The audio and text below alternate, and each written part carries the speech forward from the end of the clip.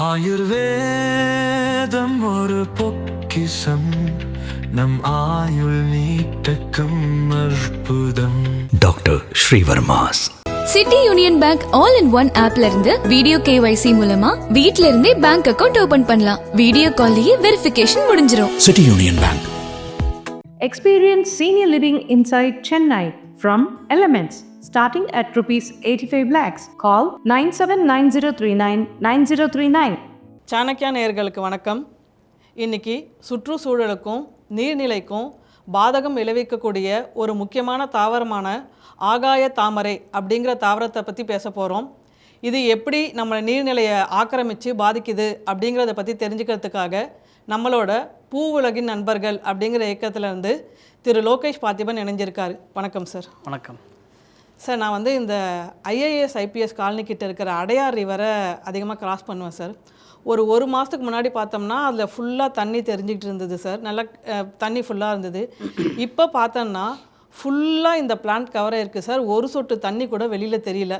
இந்த தாவரம் என்ன, இதனால் என்ன பாதிப்பாகுது, இது வளர்றது நல்லதா அப்படிங்கிறத பற்றி நீங்கள் கொஞ்சம் எடுத்து சொல்லணும் சார். இந்த ஆகாய தாமரை அப்படிங்கிறது ஒரு இன்வேசிவ் ஸ்பீசிஸால் வரக்கூடியது.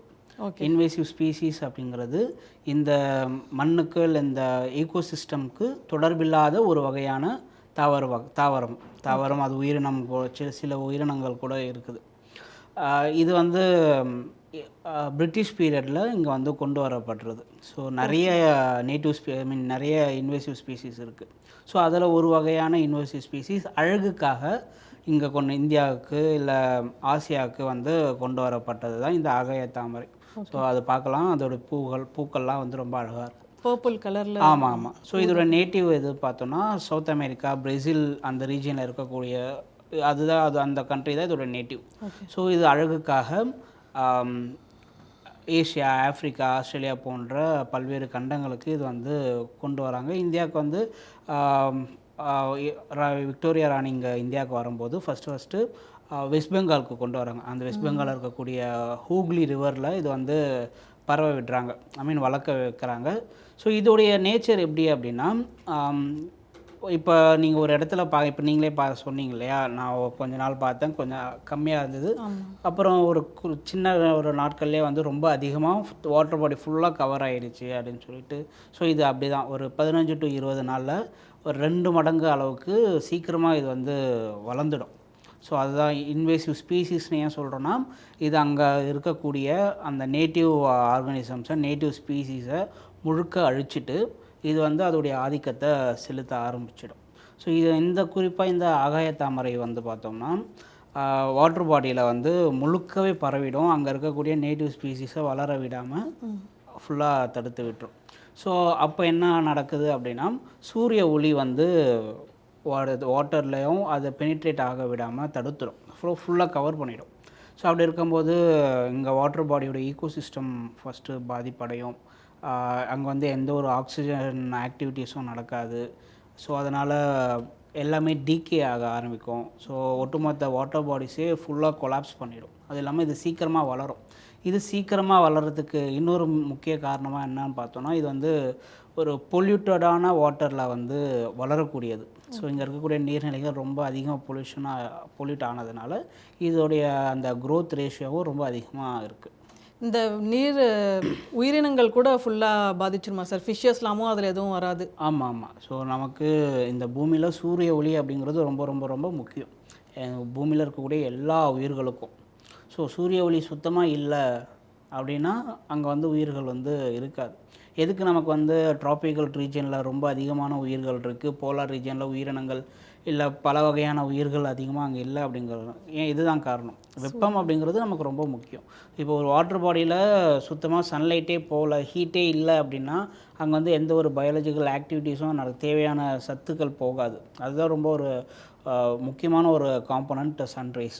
ஸோ அது சுத்தமாக இல்லை, இது ஃபுல்லாக கவர் பண்ணிடுது அப்படின்னா அங்கே அடுத்த கட்ட ஆக்டிவிட்டீஸ் உணவு உற்பத்தி ஆகாது. உணவு உற்பத்தி ஆகலை அப்படின்னா அந்த பிளான்ட்ஸை சாப்பிடக்கூடிய ஒரு சின்ன பூச்சி அழியும். அந்த பூச்சியை சாப்பிடக்கூடிய அதை விட இன்னொரு உயிரினம் அழியும். அந்த உயிரினத்தை சாப்பிடக்கூடிய பெரிய மீன்களோ, மீன் வகைகளோ, மற்ற உயிரினங்களோ அழியும். அப்போ ஒட்டுமொத்த அந்த வாட்டரில் இருக்கக்கூடிய ஈகோசிஸ்டத்தை முழுமையாக வந்து இதனால் வந்து அழியும். இது நீர்நிலையோட குவாலிட்டி அதை பாதிக்குமா இல்லை ஃபுல்லாக அந்த ஆறையே பாதிச்சிருமா சார்? தண்ணியே இல்லாமல் போகிற அளவுக்குலாம் வாய்ப்பு இருக்கா என்ன? ஸோ இது வந்து 2 விதமான ஒரு கான்ட்ரவர்ஷியல் பாயிண்ட்ஸ் வந்து பேசப்படுது. ஸோ என்ன அப்படின்னா, மேம்போக்காக என்ன சொல்கிறாங்க அப்படின்னா, இது வந்து வளர்றதே வந்து நான் முன்னாடி சொன்ன மாதிரி ஹைலி பொல்யூட்டன்ட் வாட்டர்ஸில் தான். எந்த நீர்நிலைகள்லாம் ரொம்ப பொல்யூஷனால் ஹெவி மெட்டல்ஸ் கண்டாமினேஷனாலையும் இதர பொல்யூஷன்ஸ் இந்த நம்ம வயல்களுக்கு அதிகமாக பூச்சி அந்த பெஸ்டிசைட்ஸ்லேருந்து வரக்கூடிய நிறைய பாஸ்பரஸ், நைட்ரஜன் எங்கெல்லாம் அதிகமாக எந்த தண்ணியில் அதிகமாக கண்டாமினேட் ஆகிருக்கோ, எந்த தண்ணிகள் அதிகமாக டிட்டர்ஜென்ட் அந்த தண்ணிகளால் கலந்து இருக்கப்படுதோ அந்த மாதிரியான நீர்நிலைகளில் இது அதிகமாக வளரக்கூடிய. தானாகவே வளர ஆரம்பிக்குமா இல்லை இது எப்படி? ஏன்னா இவ்வளோ நாள் அதில் இல்லை, இப்போ திடீர்னு இருந்திருக்கும். ஓகே, திடீர்னு அதாவது அது என்ன பண்ணியிருப்பாங்கன்னா க்ளீன் பண்ணியிருப்பாங்க. ஸோ இது வந்து ஏதாவது பொக்லைன் வச்சு க்ளீன் பண்ணி சைடில் தூக்கி போட்டிருப்பாங்க. ஓகே. ஸோ அது மறுபடியும் வளர ஆரம்பிக்கும். இல்லை பக்கத்தில் எங்கேயாவது பக்கத்தில் நீர்நிலைகள் இருந்திருக்கும். ஸோ அது மூலயமா வந்து விதை பரவல் மூலயமா கூட இது பரவுறதுக்கு உண்டான வாய்ப்புகள் ரொம்ப ரொம்ப ரொம்ப அதிகம். இல்லைனா ஏதாவது தண்ணி ஏதாவது 1 இல்லை 2 செடி வந்து வாட்டர் ஃப்ளோ மூலயமா இன்னொரு நீர்நிலைகளுக்கு போயிருக்கும். அப்படி போச்சுன்னா அது தொடர்ந்து அதிகப்படியாக வளர்ந்துக்கிட்டே போகும். ஸோ இதுக்கு என்ன சொல்கிறாங்கன்னா, இது வந்து ஹெவி மெட்டல்ஸை வந்து பியூரிஃபை பண்ணிடுது. ஸோ அதனால் இது ஒரு வகையான நல்லது அப்படின்னு சொல்கிறாங்க. ஆனால் அது வந்து மேம்போக்கான பார்வையாக தான் இதை நம்ம பார்க்கணும். அங்கே நான் முன்னாடி சொன்ன மாதிரி இதோடைய நம்ம டீப்பாக அண்டர்ஸ்டாண்ட் பண்ணோன்னா இதோடைய வாட்டர் ஈகோசிஸ்டத்தையே முழுமையாக அழிச்சிடுது. நீர் வந்து ஃபுல்லாக வந்து ரொம்ப ஒரு அசுத்தமான ஒரு நீர்நிலைகளாக மாற்றுறதுக்கு. ஆமாம், இது வந்து மாற்றிடும். இது என்ன பார்த்தீங்கன்னா சார், போரூர் ஏரி தான் வந்து சென்னைக்கு ஒரு முக்கியமான குடிநீர் சப்ளை. அந்த ஏரியில் இப்போ இந்த ஆகாய தாமரை வளர ஆரம்பிச்சிருக்கு சார். அதுவும் பார்த்திங்கன்னா வேகமாக வளர ஆரம்பிச்சிருக்கு. அது பிக்சர்ஸ் கூட நம்ம நேயர்களுக்கு ஷேர் பண்ணலாம். இப்போ போரூர் ரிவர்லாம் ஓரளவுக்கு பியூராக தானே சார் இருக்கும். அங்கே அது வந்து ரொம்ப நம்மளுக்கு ஒரு கவலைப்பட வேண்டிய விஷயம் இல்லையா? போரூர் ரிவரில் இப்போ இந்த ஆகாய தாமரை வளருது அப்படிங்கிறது. போரூர் எந்த நீர்நிலைகளில் இந்த ஆகாய தாமரை வளர்ந்தாலும் அது வந்து ரொம்ப பாதிப்புக்குள்ளாகக்கூடிய விஷயம்தான். போரூர் வாட்டர் வந்து நம்ம கண்டாமினேட்டட் இல்லை அப்படின்னு நம்ம சொல்லிட முடியாது. நம்ம மேலேருந்து பார்க்குறோம் அப்படின்னா அது வந்து நமக்கு ஃப்ரெஷ் வாட்டராக இருக்கும். ஆனால் அதில் எந்த அளவுக்கு கண்டாமினேஷன் ஹெவி மெட்டல்ஸ் இருக்குது, எந்த அளவுக்கு பாஸ்பரஸ் இல்லை நைட்ரஜன்லாம் இருக்குது அப்படிங்கிறது நமக்கு தெரியாது. ஒரு பியூரிஃபிகேஷன் போயிட்டு தானே நமக்கு குடிநீராக வந்துக்கிட்டு இருக்கு. டைரெக்டாக நமக்கு குடிக்க வரதில்லைல்ல. ஸோ இது வந்து ஹெவி மெட்டல்ஸ் எல்லாம் அதிகமான பொல்யூட்டட் வாட்டர்ஸில் இது வந்து ரொம்ப வேகமாக வளரக்கூடியது. ஸோ ஏன் இது முதல்ல இல்லை இப்போ ஏன் இருக்குது அப்படின்னு பார்த்தோன்னா, நம்மளுடைய நேட்டிவ் தாவரங்கள்லாம் இருக்குது இல்லையா? ஸோ இது எல்லாமே வந்து இந்த பொல்யூட்டான நீர்நிலைகளில் வளராது. அதுக்கு வந்து அந்த கெப்பாசிட்டி கிடையாது. ஸோ இதுக்கு அந்த கெப்பாசிட்டி இருக்குது. அதே மாதிரி இப்போ சமீப காலமாக நம்ம வந்து அதிகப்படியான நீர்நிலைகளை மாசுபடுத்த ஆரம்பிச்சிட்டோம். ஸோ இந்த 2 காரணமும் இதுக்கு நல்லா சாதகமாக இருக்கவும் நம்மளுடைய நேட்டிவ் தாவரத்தை அழிச்சிட்டு இந்த ஆகாய தாமரை வந்து ரொம்ப வேகமாக வளர்ந்துடுது. Okay sir. இது வந்து அந்த நீர்நிலைக்கு மட்டும் இல்லாமல் சுற்றுச்சூழலுக்கும் இதனால் பாதிப்பு ஏற்படுது அப்படிங்கிறாங்க. நீங்கள் முன்னாடி சொன்னீங்கள்ல இந்த ஆக்சிஜன் ஃபேக்டர், அதனால் சுற்றுச்சூழலையும் இது பாதிக்கும் அப்படிங்கிறாங்க. அது எந்த விதத்தில் பாதிக்குது? இது அந்த குறிப்பிட்ட வாட்டர் பாடியோட ஈகோசிஸ்டத்தை இது பாதிப்படையும். பக்கத்தில் இருக்கக்கூடிய நீர்நிலைகளை பாதிக்கும், அதோட ஈகோசிஸ்டத்தை பாதிக்கும். ஸோ இப்போ வந்து என்ன ஆயிடுச்சுன்னா, இதுக்கு சில உயிரினங்கள் வந்து அடாப்ட் பண்ணிக்க ஆரம்பிச்சிடுச்சு. ஃபார் எக்ஸாம்பிள், ஏதாவது பறவைகள் முட்டையிடுறது, தவளைகள் குஞ்சு பொரிக்கிறது, மீன்கள் அதுக்கு சார்ந்து இருக்கக்கூடிய இதுக்கு தகுந்த மாதிரி சில உயிரினங்கள் வந்து அடாப்ட் ஆகிடுச்சு. சில உயிரினங்கள் வந்து இதுக்கு அடாப்ட் பண்ணிக்க முடியல.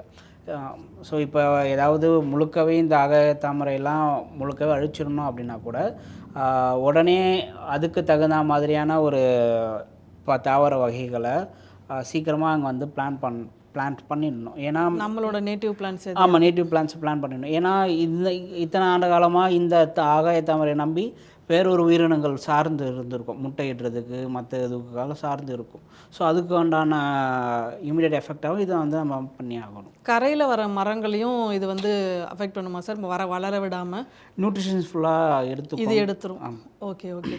இது வந்து இப்போ ஒரு ரிவர் பாடியிலேருந்து ஃபுல்லாக எடுக்கணும் அப்படின்னா என்ன மாதிரியான ப்ராசஸ் ஃபாலோ பண்ணணும் சார்? ஸோ இது ரொம்ப டீப் ரூட்டடும் கிடையாது, அதனால இது வந்து ஆகாய தாமரை அப்படின்ட்டு சொல்லப்படுது. ஸோ பொக்லைன்ஸ் மூலயமா எடுத்துகிட்டு இது வந்து ஒன்றும் ஃபுல்லாக எரிச்சிடணும். இது வந்து கம்போஸ் பண்ணலாம் அப்படிங்கிற மாதிரி ஒரு ப்ராசஸ் ஒன்று சொல்கிறாங்க. கம்போஸ் பண்ணாலும் நிறைய பிரச்சனைகள் நமக்கு வந்து இருக்குது. ஸோ முழுக்க முழுக்க எரிச்சிடுறது ஒரு ஒரு நல்ல சொல்யூஷனாக இருக்கும்னு நான் பார்க்குறேன். இது ஃபுல்லாக மேனுவலாக தான் எடுக்கணுமா சார்? நீர்நிலையில் எதுவும் இந்த பெஸ்ட் கண்ட்ரோல் மாதிரிலாம் பண்ணி இல்லை அப்படிலாம் அது பண்ணிங்கன்னா அது இன்னொரு எஃபெக்ட் வந்து ஏன்னா இது இறந்த பிறகும் அந்த நீர்நிலைக்கு ரொம்ப பாதிப்பு ஏற்படும் அப்படின்னு சொல்லியிருக்காங்க. ஆமாம். ஸோ இப்போ நான் இது வந்து கம்போஸ் பண்ணணும்னு சொல்கிறாங்க. கம்போஸ் பண்ணிட்டா இது சொல்யூஷன் தீந்துடும் அப்படிங்கிற மாதிரி சொல்கிறாங்க. கம்போஸ் பண்ணாலும் இதோடைய அது ஏதாவது தண்ணி மழை பெஞ்சு அது தண்ணி மறுபடியும் நீர்நிலை வந்து சேர்ந்ததுன்னா அது மறுபடியும் வளர ஆரம்பிச்சு. ஸோ கம்போஸ் பண்ணுறதும் நமக்கு ஒரு பெரிய ட்ராபேக் தான். ஓகே. ஸோ அதனால் இது முழுக்க எரிச்சு விட்டுறது ரொம்ப. சென்னையில் வர எந்தெந்த நீர்நிலையில் இந்த ஆகாய தாமரை இருக்குன்னு நிறைய இடத்துல இருக்கா சார்? நீங்கள் மேக்ஸிமம் எல்லா வாட்டர் பாடிஸ்லையும் பார்த்துடலாம். ஸோ எங்கள் பயங்கர பொல்யூட்டடான வாட்டர் பாடிஸில் சென்னை மட்டும் இல்லாமல் எல்லா தமிழ்நாடு மேக்ஸிமம். ஆமாம், எல்லா நான் சொன்னல இது வந்து ஆஃப்ரிக்கா, ஏஷியா, ஆஸ்திரேலியா போன்ற பல்வேறு கண்டங்களில் இது வந்து ஒரு இன்வேசிவ் ஸ்பீசிஸாக வந்து ஐடென்டிஃபை பண்ணியிருக்காங்க. இதோட நிறைய இன்வேசிவ் ஸ்பீசிஸ் அழகுக்காக கொண்டு வரப்பட்டது இங்கே. ஸோ இது வந்து இப்போ ஆபத்தான நிலையில் இருக்குது நம்மளுடைய நேட்டிவ் ஸ்பீசிஸை அழிச்சதுனால. Okay sir. ஸோ இது வந்து இப்போ வளர விடாமல் தடுக்கணும்னா நம்ம பொல்யூஷனை கண்ட்ரோல் பண்ணணுமா, இல்லை நம்ம வாட்டர் பாடிஸை நம்ம எப்படி பாதுகாக்கலாம் சார்? இது இனிமேல் வரக்கூடாது நம்ம நீர்நிலைக்குன்னா. வாட்டர் மேனேஜ்மெண்ட் ஒரு முக்கிய ஒரு ரீசனாக இருக்கும். இன்னொன்று இது ஃபுல்லாக நம்ம அழிச்சிட்டா தான் இந்த ஆகாய தாமரை வந்து மறுபடியும் வளராது. இது நீங்கள் ஏதாவது கொஞ்சம் லிட்டில் அமௌண்ட் ஆஃப் இது ஆகாய தாமரை நீங்கள் விட்டால் கூட அது வந்து பயங்கரமாக பெருகிட்டே தான் போகும். இது 2-3 நாள்லாம் ஆகாது. 2 6 ஆகும், 6 12 ஆகும், 12 24 ஆகும். ஸோ இது வந்து அப்படி தான், அந்த மாதிரி தான் இது வந்து மல்டிபிள் ஆகிட்டு போய்கிட்டே இருக்கும். சின்ன ஏரியாஸ்லாம் வராது. நீங்கள் ஒரு சின்ன அமௌண்ட்டில் இந்த வாரம் பார்த்தீங்கன்னா 2 வாரம் கழிச்சு இல்லை 1 மாதம் கழிச்சு வந்து பார்த்திங்கன்னா அந்த ஒரு நீர்நிலைகள் முழுக்கவே இது வந்து ஆக்கிரமிப்பு பண்ணிடும். ஸோ இது வந்து ரொம்ப ஒரு டேஞ்சரான ஒரு விஷயம் அது. இது இப்போ க்ளீன் பண்ணுறோம், இதெல்லாம் இது யாரோட கவனத்துக்கு கொண்டு போகணும் சார்? இப்போ நான் பார்க்குறேன், நான் போயிட்டு வர வழியில் இந்த அடையார் ரிவரில் இப்போ இது ஃபுல்லாக இருக்குது. இதை பற்றி யார்கிட்ட சொல்லணும், யார் கவனத்துக்கு கொண்டு போனால் இதை வந்து சரியாகும் சார்? வாட்டர் பாட் டிபார்ட்மெண்ட் இருக்குல்ல, PWD இருக்குது. ஸோ லோக்கல் பீப்புள் ரெப்ரசன்டேட்டிவ்ஸ் கிட்டே நம்ம சொல்லலாம். ஸோ நம்ம PWDs கிட்ட சொன்னால் கூட அவங்க வந்து இந்த ஆக்கிரமிப்பு இது வந்து நீர்நிலைகளை சுத்தப்படுத்துகிற வேலைகளை அவங்க பார்ப்பாங்க. மக்கள் ஏதாவது கான்ட்ரிபியூட் பண்ண முடியுமா சார்? இது அவங்க வீட்டு பக்கத்தில் ஒரு நீர்நிலையில் இது பார்க்குறாங்கன்னா அவங்களால ஏதாவது பண்ண முடியுமா? இது இல்லை கவர்மெண்ட் அத்தாரிட்டிஸ் தான் பண்ணணுமா சார்? மக்கள்லாம் இப்போ நிறைய NGOs வந்து இந்த மாதிரி நீர்நிலைகளை, குளம், ஏரி சுத்தம் பண்ணுற இதெல்லாம் பண்ணிக்கிட்டு இருக்காங்க. நிறைய NGOs பொக்லைன்ஸ் மூலயமா வச்சுக்கிட்டு டீசில்டேஷன் அந்த மாதிரியான ப்ராசஸ்லாம் வந்து பண்ணிக்கிட்டு இருக்காங்க, தூர்வாடுறது அந்த மாதிரிலாம்.